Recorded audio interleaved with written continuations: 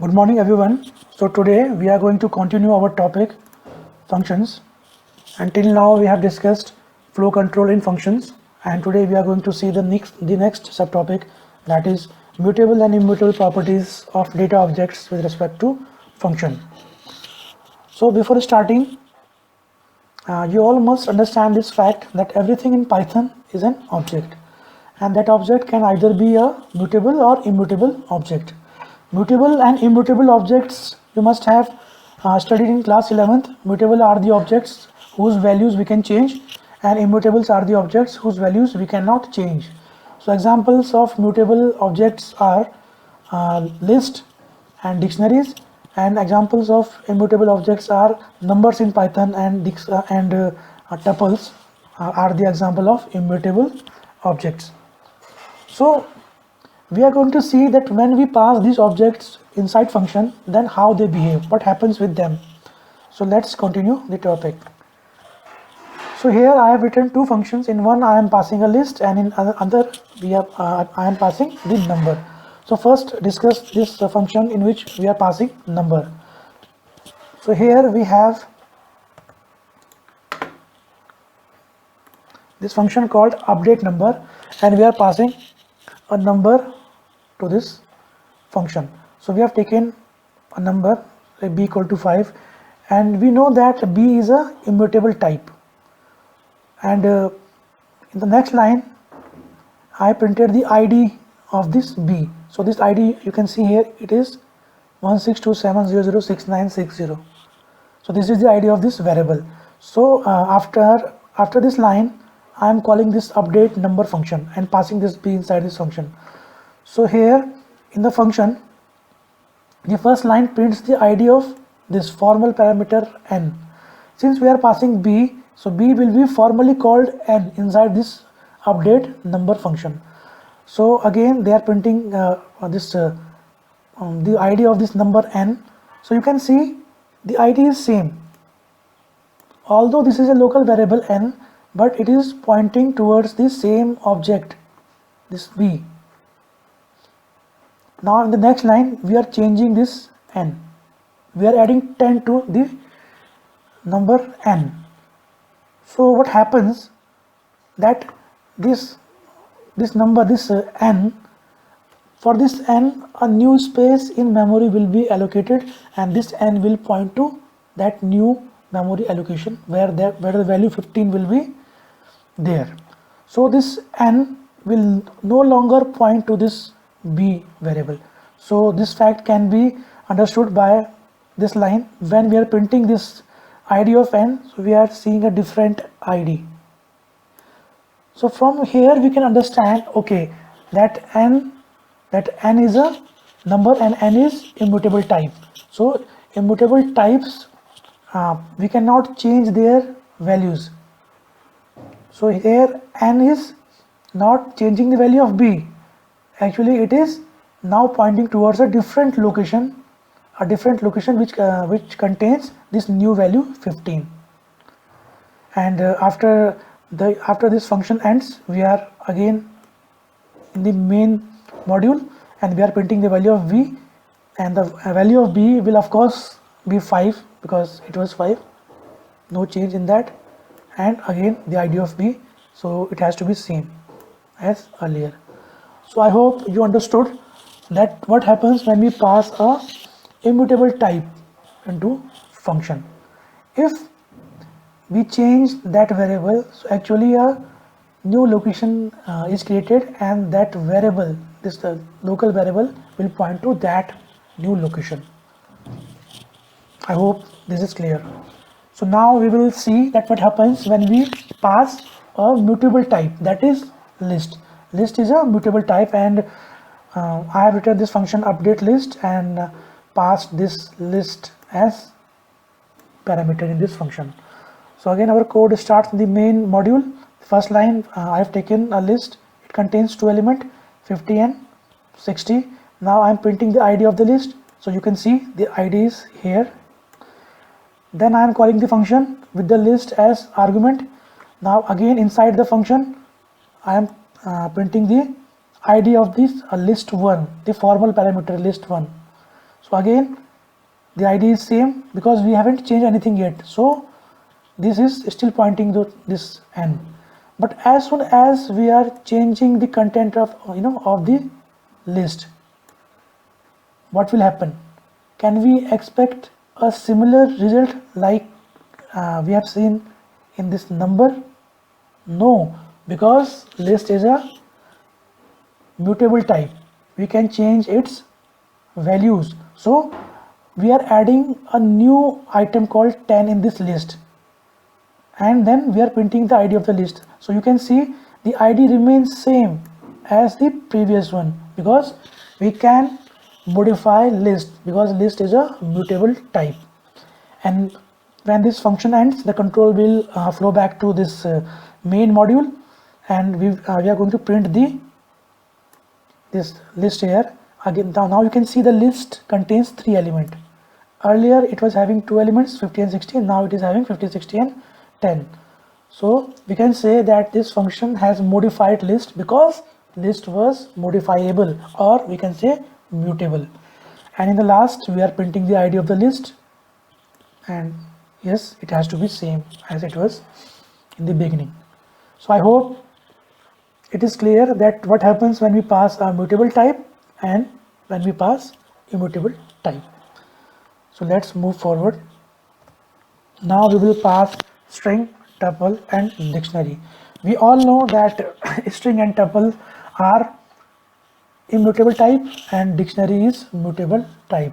So we could expect the similar results as we have seen in the previous slide.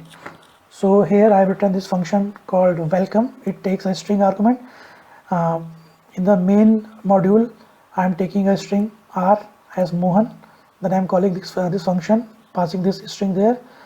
Then in the function this r is being formally called title, and now we are changing the content of this title. As soon as we will change this, it will allocate a new space, and this hello and Mohan, hello Mohan will be stored in this title, and then we are printing this title. So you can see in the output hello Mohan for this line. Now the function ends, we will be back in the main module. Then we are printing r, and r has to be Mohan because this title has not changed this r, but it has changed this local variable title. And in the main module r remains same as it was in the beginning because the strings are immutable types. I hope this is clear. Now same thing happens with tuple, and here I have taken a tuple r, and I have passed this tuple in this function max, and what it is doing, it is just here what it is doing, it is unpacking this tuple. So this 3 and 1 will be stored in first and second, and then it is comparing that which is first and which one is which one is bigger of 2. So it is returning the variable and we are printing it. So this is just this is a simple program to show how we can pass tuple, and if we will and since we cannot change tuple, so I have not tried to change it here, as we all know that we can't change tuple. So this function was just to show you that how we can pass tuples inside a function. Okay, now dictionary. Here I have defined a function called func, and it takes dictionary as argument. And again in the main module I am taking a dictionary and I am passing this dictionary into this function. Now what is happening inside this function, we are just accessing the elements of the dictionary, the key and values of the dictionary, and printing them. So this is merely we are printing the content of the dictionary. Yes, of course we can change the content here, and that will get reflected in this main dictionary because dictionaries are mutable. So I hope you all must have understood this thing, that what happens when we pass mutable types and what happens when we pass immutable types into the function.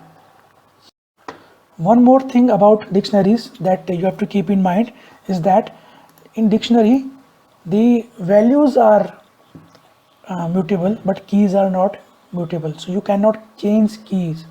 But yes, of course, you can change values. So let's move forward. So here are some functions defined in math module, so you can go through them. You can pause the video and you can go through all of these, and I'm sure that you must have seen them in class 11th. These functions: square root, ceiling, floor, power, and this f absolute and exponential function. Now moving ahead. So here are some string functions. You can go through them. You can pause the video and you can go through them, and I've given the function name and the description about the function, that what it does. Okay, so let's move forward now. So we will start this new topic called recursion, although it's given separately in syllabus, but I thought that it would be better to cover this topic with functions, because recursion is implemented through functions in Python. So it is beneficial for you to understand this thing along with functions. So let's start this topic called recursion. So first you have to understand the meaning of recursion. What is recursion? So recursion is nothing, it's just a method. It's a method of programming or coding. And what we do in this method? In this method, since we are understanding this recursion with respect to functions, so I will explain recursion with respect to function. So what happens that when a function calls itself, then we call that function a recursive function, because it is calling itself. Okay, so if a function definition satisfy the condition of recursion, and the condition is what? The condition is that the function should call itself, then we call this function a recursive function. There is one more condition that we will discuss a little later, but for now you understand this, that a function which calls itself is called a recursive function. So let's move ahead and understand what recursion actually is. So in recursion, I have already told you that a function calls itself. So what happens with this is that the same function gets executed again and again, but with different parameters, and that is the catch. The same code inside function gets executed again and again, but with different parameters, and hence produces different this output, and we collect those output as per our need. So we use recursion as a tool to solve a problem. So this will be clear in a while. Just so first we will take an example, and then we will see that how we do this thing with function. So you all must have heard this factorial function. A factorial of a number is number multiplied by a number less than that number, and this series continues till 1. So factorial 4 is equal to 4 into 3 into 2 into 1, that is 24. So this is an example of a recursion, that to find factorial 4 we can divide this problem of finding factorial of 4 into a smaller problem. So to find factorial 4, we have to find factorial of 3 and then multiply that with 4. And to find the factorial 3, we have divided this problem into even a smaller problem. So to find factorial of 3, we have to find the factorial of 2 and then multiply with this 3. And to find factorial of 2, we have to find factorial of 1 and then multiply this with 2, and so on. So this chain will continue till a certain point, and that point is called base condition if we are dealing with functions. So that point is called base condition, and that was the condition that I was talking about, that function has to fulfill. So a recursive function has to fulfill an important condition to be used in a program, and that condition is it has to terminate. And a recursive function terminates if With every recursive call, the solution of the problem is downsized and moves towards a base or terminating condition. So here is that word which I was using, base or terminating condition. Yes. So every recursive function must have base or this terminating condition.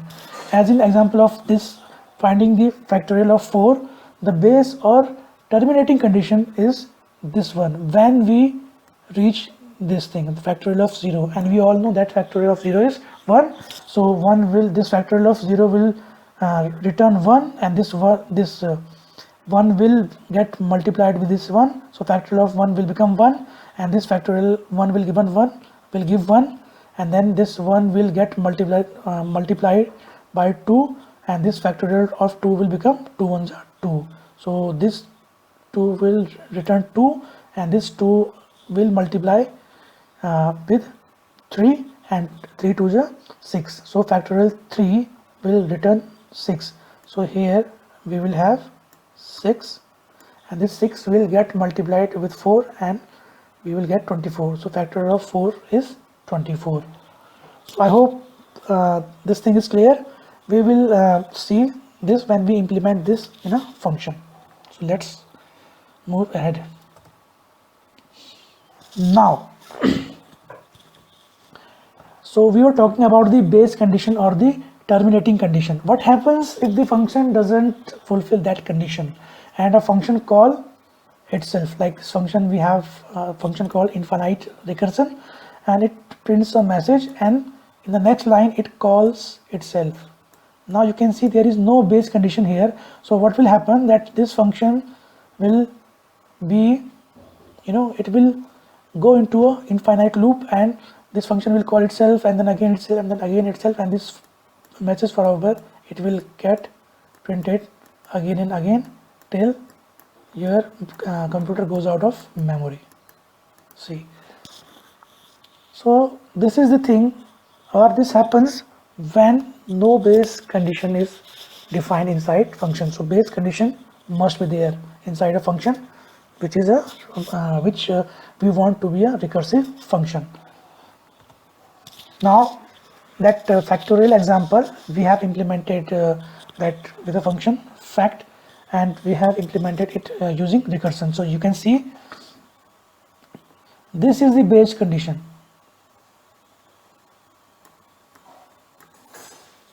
and this function is calling itself. So we are calling fact from inside this fact function. So what will happen, we will see. So here we have taken a number from user n, and we are calling this function fact of n. Say this n is 5. Let's say this n is 5. So this 5 will get passed here, this n, and this fact n will be called. Since n is not 5, this return and then this function call, it will get executed. We are calling this fact function with n-1 now, means we have passed 5, and now we are calling it with 4, and we are multiplying this fact of 4 with 5. Same thing that we have discussed earlier. Then again, since fact is called with parameter with argument 4, again this code will get executed 4, and then this will become 3, and this will become 4, and this loop and this this thing will go on till we reach this n equal to 0, and from there this one will get returned, and the stack will revert back with values, and finally we will have the factorial of 5. We can see this here. So we have called you can see that this box, you can assume that this box is a stack, stack of this function, fact function. So this when we call this when we are calling this function fact with 5, it is calling the factorial of 4 multiplied with 5. See, n multiplied with fact of n-1. Now this factorial of 4 it is calling 4, this factorial of 3 multiplied by 4. Now this factor of 3 is calling 3 into fact 2. This fact 2, this function fact 2, this function having 2 as parameter, it is calling 2 into fact 1, and this one is calling 1 into fact 0, and this fact 0 is returning 1. And what will happen?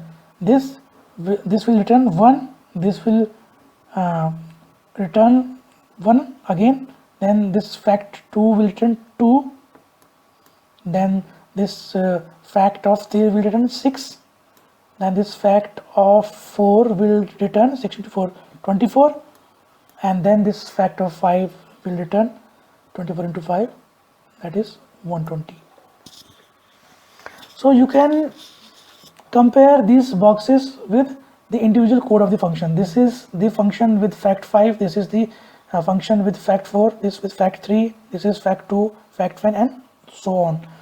So same code is getting called again and again, but with different parameters, and when it reaches the base condition or the terminating condition, then this chain is what you can say, this chain is broken and results get popped out in reverse fashion, and then finally we get the our value what we were expecting from the function.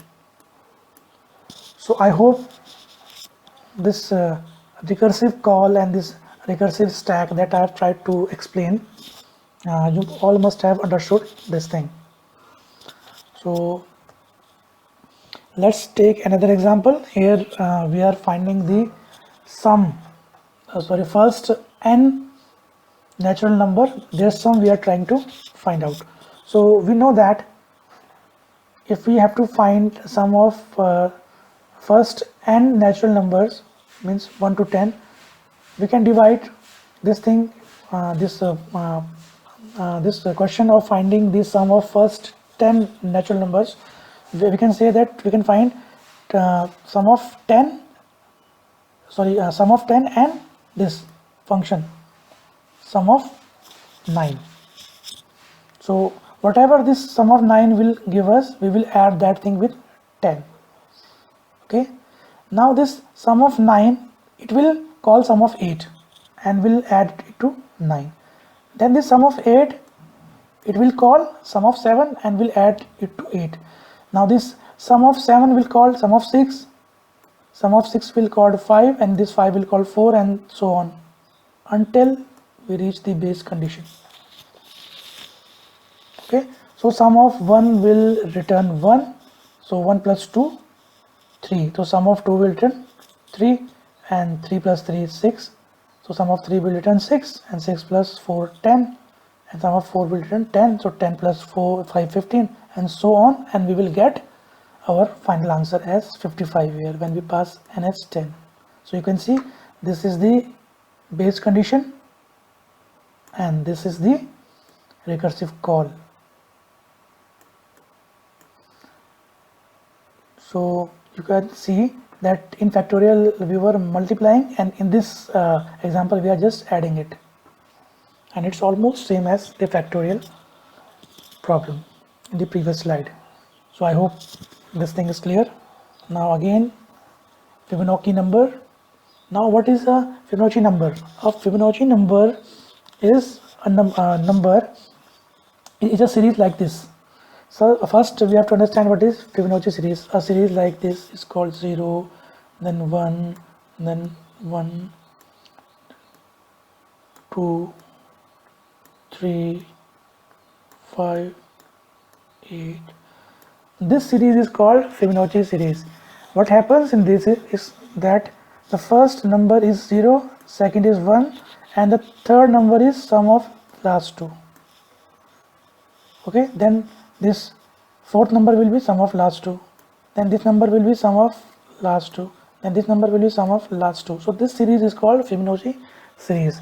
So we can implement this Fibonacci series using recursion, because the value of nth number is depending upon n minus 1 and n minus 2. So you have guessed it right. You just have to call the same function with n minus 1 and n minus 2 value, and you will get the answer. So this is the function Fibonacci which is taking a parameter n, and we are finding the nth Fibonacci number. So it cannot be less than 0, so we have printed incorrect input in case someone enters n less than 0. For the first Fibonacci number is 0, of course we will return 0 here, and second is 1, and for rest we will call this function again with change parameters n minus 1 and n minus 2, and then again that recursive call will go and we will find our answer as 21 if we want the 9th Fibonacci number, so that will be 21. So I hope this thing is clear. So here we have base condition. Here you can see n is 1 or n is 2, so these two are the base conditions. So whichever one will get encounter, it will get executed first. So this was the example of a recursive function, and so let's move ahead. So now we will discuss this binary search algorithm, and this binary search algorithm we are implementing it using a recursive function, and we have named that function binary search. So the precondition to binary search is that the list or array in which we are searching, that list or array must be sorted. So what we do in binary search, we assume that the array or list is sorted, and we try to find the element in that list. So suppose I have to find this element 10 in the list. So what will we do? We will find the middle index, and then we will compare our key. The key is the number or the element which we want to find. So we will find the key with this element in this index. So if the element in the index is greater than the key, suppose the element in the here we have 15 here, and we want to find 10. So of course because this list is sorted and 15 is here, so we can expect 10 to be on the left side. And suppose we want to find say 20, and we find 15 here, so we can know okay 20 will be on the right side of this list. So this logic we apply in this binary search. So let's look at the function. Here we have taken a list, this list, and we have named that list ARR, and here we are finding the upper index, this one, upper index of the list, and this is the key and the item to be found. We have named the key item to be found, and we are calling this binary search. We are calling this binary search with passing the this list, this initial index, this one, then upper index, and then the key to be found. So the control goes here. So what we are doing, as long as the upper index the upper index is greater than 1, what we are doing, so now this, so sorry, this is not 1, this is this L is the lower limit, the lower index, so the value of L is 0. So what we are doing is we are comparing the upper index, and we are comparing that if upper index is greater than this the lower index, so we have to find the middle element. So here we are finding the middle index here. So if we have index, we can find the element. So here we are finding the index, and if by chance we found our key to be present in the middle index, so we will return that middle index. If not, then either that index will be that element in the index will be less than our key or greater than our key. So if the element is greater than our key, so we will search in the lower part of the or the left part of the list. So we will call the function, and we will pass the index of the left half of that list. So we will pass the lower index, and so this is the lower index, and we will pass this index. So this will be mid -1 because we are finding the left portion of the list, and we are finding x here. And if not, if the element we are finding